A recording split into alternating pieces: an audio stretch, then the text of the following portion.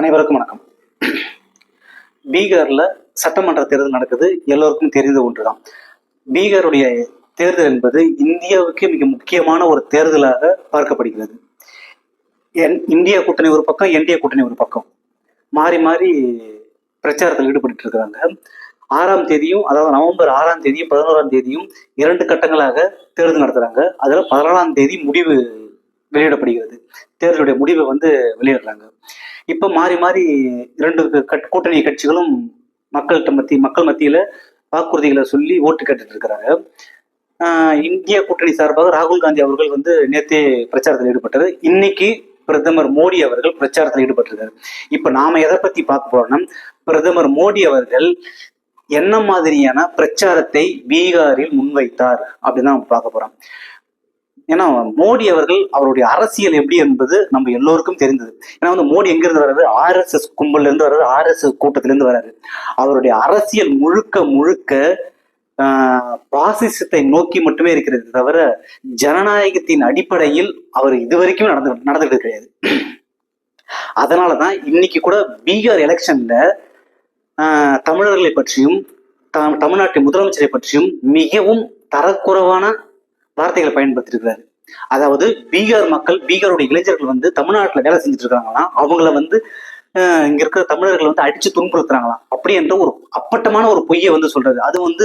அதை கண்டுக்காம முதல்வர் அவர்கள் இருக்கிறாரு அப்படின்னு சொல்லி ஒரு அப்பட்டமான ஒரு பொய்யை சொல்றாரு.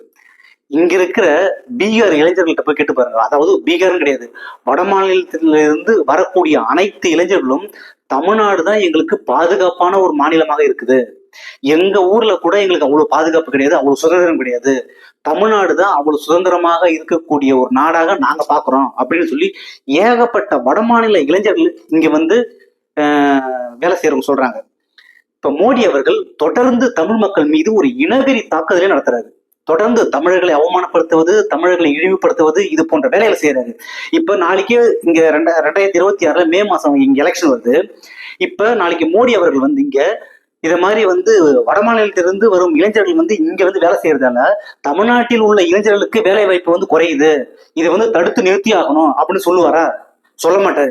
ஏன்னா இவர்களுடைய பொய்யும் புரட்டுகளும் வட மாநிலத்தில் செல்லுது, இங்க செல்லுலையே அப்படி என்பதற்காக தொடர்ந்து தமிழ் மக்கள் மீது ஒரு மிகப்பெரிய ஒரு காழ்ப்புணர்ச்சி, இனவெறியை தொடர்ந்து பிஜேபியில் இருக்கிற அனைத்து நபர்களும் செய்யறாங்க. RSS கும்பல் இது தொடர்ந்து செஞ்சுட்டு இருக்கு. இப்ப பீகார் இளைஞர்கள் தாக்குதல் நடத்துறாங்க, பீகார் இளைஞர்கள் மிகப்பெரிய ஒரு பாதிப்புக்கு உள்ளாக்குறாங்க அப்படின்னு சொல்லி பிரதமர் அவர்கள் பேசுறாரு. இதே அங்க இங்க நடக்கும்போது அப்படி பேசுவாரா? பேச மாட்டாரு. இதே போல தொடர்ந்து இப்ப இந்த பீகார் எலெக்ஷன் கிடையாது, இதே போல ஒரிசாவிலையும் பேசியிருக்காரு. அதாவது இங்க இருக்கிற தமிழர் ஒருத்தவர் ஒரிசாவில கலெக்டரா வேலை பார்த்துட்டு இருக்காரு. அப்ப அங்கிருந்த முன்னாள் முதலமைச்சர் நவீன் பட்நாயக் அவர்களுக்கு அந்த கலெக்டர் ரொம்ப பிடிச்சி போய் அவரை கூட வச்சுக்கிட்டாரு. பாண்டியன் என்ற ஒரு கலெக்டரை கூட வச்சுக்கிட்டாரு. அவருக்கு ஆலோசகராகவும் வச்சுக்கிட்டாரு, அரசியல் ஆலோசகராகவும் வச்சுக்கிட்டாரு. இதை பிரதமர் மோடி அவர்கள்லாம் சொல்றாரு, ஒரு தமிழன் இங்க ஆளலாமா, அதை நீங்க எப்படி வேடிக்கை பாக்குறீங்க? இங்க இருக்கிற கோவிலுடைய சாவி தமிழன் திருடிட்டு போயிட்டான் அப்படி என்ற ஒரு அப்பட்டமான கேவலமான இனவெறி தாக்குதலை தமிழ் மக்கள் மீது ஒரு இனவெறி தாக்குதலை நடத்தினாரு. மோடி அவர்கள் சாதாரண ஆள் கிடையாது. அவர் ஒரு RS கூட்டத்திலிருந்து வந்த நபர். இனவெறி தூண்டுவாரு, மதவெறியை தூண்டுவாரு, சாதிய கலவரத்தை உருவாக்குவாரு, இது போன்ற செயலில் ஈடுபடுவது. ஒரு பிரதமரா இருக்கக்கூடிய நபர் இது போன்ற செயல் ஈடுபடலாமா? ஒரு தமிழ்நாடு என்ன பாகிஸ்தான்ல இருக்கு, இல்ல பங்களாதேஷ்ல இருக்கா? தமிழ்நாடு இது புறக்கணிக்கப்பட்ட மாநிலம் மாதிரி தமிழ்நாட்டுக்கு நிதி கொடுக்கறது கிடையாது, தமிழ்நாட்டு இளைஞர்கள் படிப்பை பத்தி அக்கறை கிடையாது. தொடர்ந்து இப்ப கூட இந்த ஒரிசா பீகார் எலெக்ஷன்ல தமிழ் மக்களை இழிவுபடுத்துறது. இத மாதிரி தொடர்ந்து மோடி அவர்களும் அமித்ஷா அவர்களும் RSS கும்பல், பிஜேபி கும்பல், சன் பரிவார் கும்பல் எல்லாமே தமிழ் மக்கள் மீது மிகப்பெரிய ஒரு இனவெறி தாக்குதல் நடத்துறாங்க. ஏன்னா தமிழ்நாட்டில் அவங்களால வளரவே முடியல. அந்த ஒரு அவமானம் அவங்க தமிழ் மக்கள் மீது வெளிப்படுத்துகிற ஒரு காழ்ப்புணர்ச்சி, ஒரு இனவெறி தாக்குதல். தமிழர்கள் எப்படி நீங்க ஆள விடலாம் அப்படின்னு சொல்லி இங்க பீகார்லயும் பேசுவோம், ஒரிசால எல்லா இடத்துலயும் பேசுற ஒரே ஆளு மோடி அவர்கள் தான். அதே போல அமித்ஷாவும் அப்படிதான் பேசிட்டு இருக்காரு. இது தமிழ் மக்கள் நுட்பமாக புரிந்து கொள்ள வேண்டும். ஒரு பிரதமர் ஒரு தமிழ் மக்களை எவ்வளவு இழிப்படுத்த வேண்டுமோ அவ்வளவு இழிப்படுத்துறாரு. நம்மளுடைய கல்வி, நம்மளுடைய பொருளாதாரம் எல்லாமே இந்தியாவிலே ஒரு முதன்மையான மாநிலமா இருக்கு. இதை சுட்டி காட்டி அங்க இருக்கிற பல கட்சிகள் நாங்க ஆட்சிக்கு வந்தா தமிழ்நாட்டை மாதிரி உயர்த்துவோம்னு சொல்லிட்டு இருக்காங்க. ஆனா பிரதமர் மோடி அவர்கள்லாம் சொல்றது தமிழ்நாட்டை ரொம்ப இழிவா பேசுறது ஒரு வேடிக்கையாவே வச்சிருக்கோம், ஒரு வாடிக்கையாவே வச்சிருக்கிறாரு. இதெல்லாம் பிரதமர் மோடி அவர்களே, தமிழ்நாட்டு மக்களிடம் உங்களுடைய ஜம்பம் பலிக்காது. அப்பாவி படிப்பறிவு இல்லாத பீகார் இளைஞர்களை நீங்க ஏமாத்தலாம்.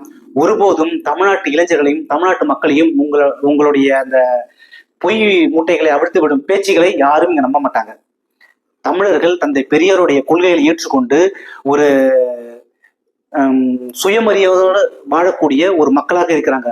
உங்ககிட்ட இந்த தமிழ் மக்கள்கிட்ட உங்களுடைய எந்த ஒரு பேச்சும் எடுபடாது. தமிழ் மக்கள் இழிச்சவாயர்கள் அல்ல. தமிழ் மக்கள் அறிவார்ந்த கூட்டம் என்பது நாளுக்கு நாள் நிரூபிச்சுட்டு வந்துட்டு இருக்காங்க. அவங்களுடைய அறிவு என்பது 1 வருஷம் 2 வருஷம் 100 வருஷம் 200 வருஷம் கிடையாது. 1000 வருஷத்துக்கு முன்னாடியே தமிழர்கள் நாகரிகத்தோடு வாழ்ந்தார்கள் என்ற மிகப்பெரிய ஒரு வரலாற்று சூழல் இருக்கு. அதனால் தமிழ் மக்களை ஒருபோதும் நீங்க ஏமாற்ற முடியும் என்று நினைக்காதீர்கள். நன்றி, வணக்கம்.